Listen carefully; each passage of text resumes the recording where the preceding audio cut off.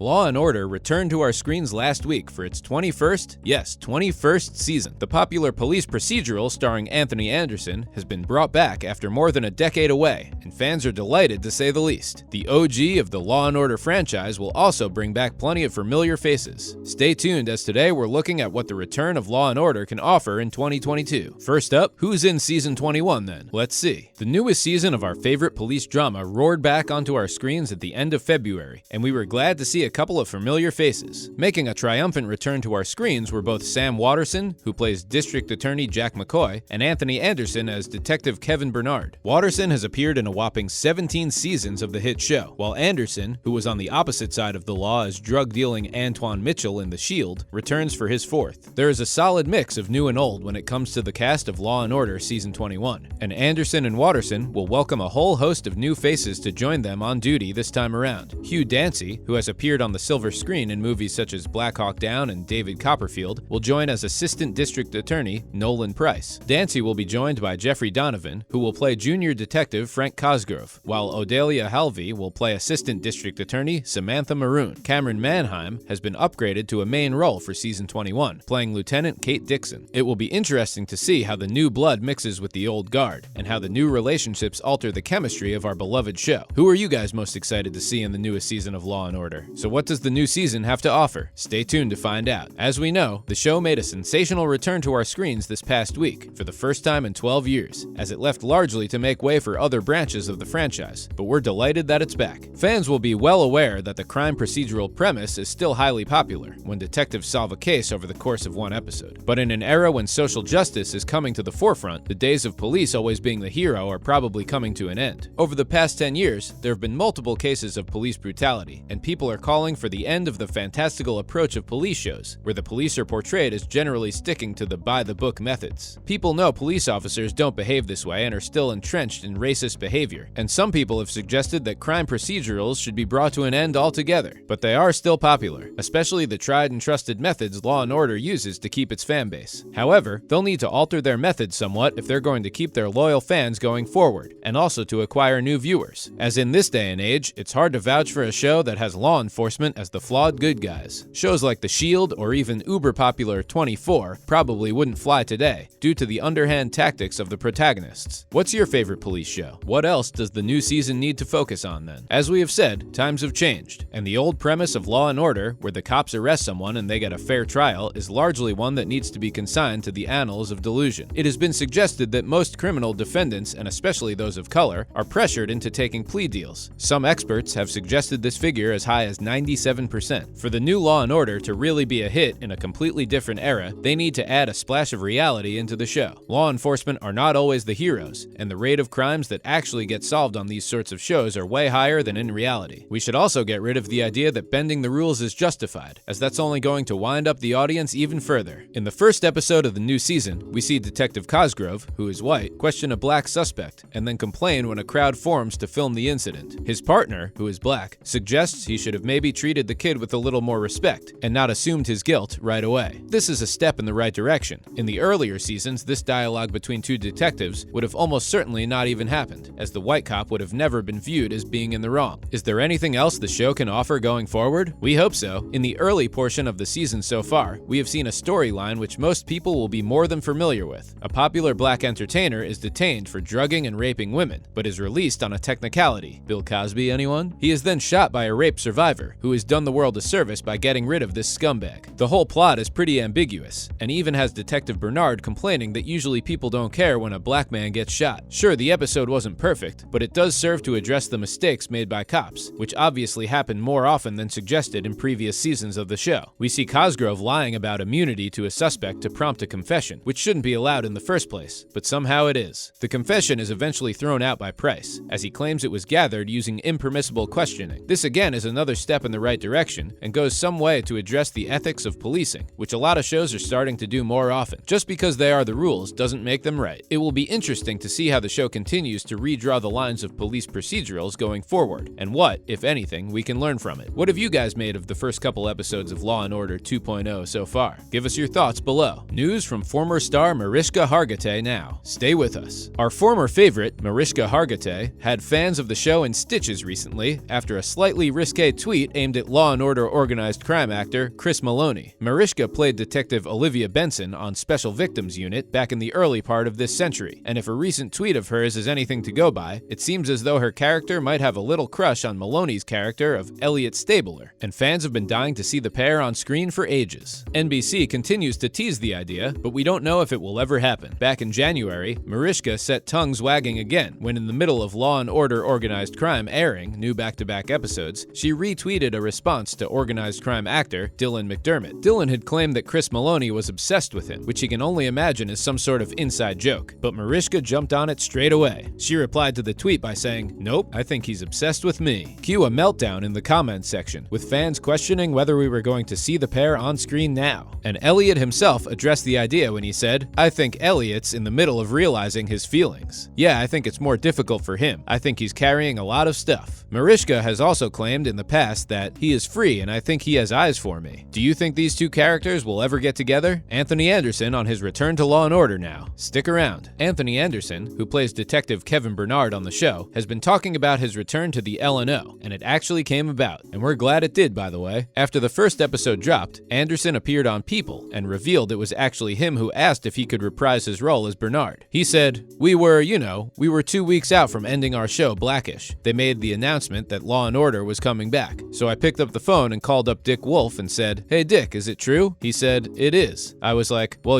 I'm a free agent as of November 19th. And Wolf was like, "Anthony, you have no idea how happy this phone call makes me." Anderson has made no secret in the past that he was excited about the show potentially returning, and with Blackish recently ending, Anderson said it was time to have a little fun in the dramatic space, as he had played the same role for the past 8 years. As always, thanks for tuning in today, and remember to stop by next time. Also, don't forget to like and share today's video, as well as subscribing to our channel if you don't already do so. Bye guys!